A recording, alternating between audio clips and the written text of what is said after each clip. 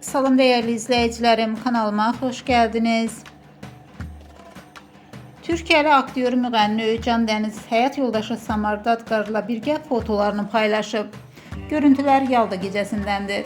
İran, Mərkəzi Asiya və Yaxın Şərq ölkələrində qeyd olunan ilin ən uzun gecəsini, qış gündönümünü bildirən qədim mərasimdir. Həmin gecə ailələr birləşir, nar və qarpızla bənzər meyvələr yeyilir.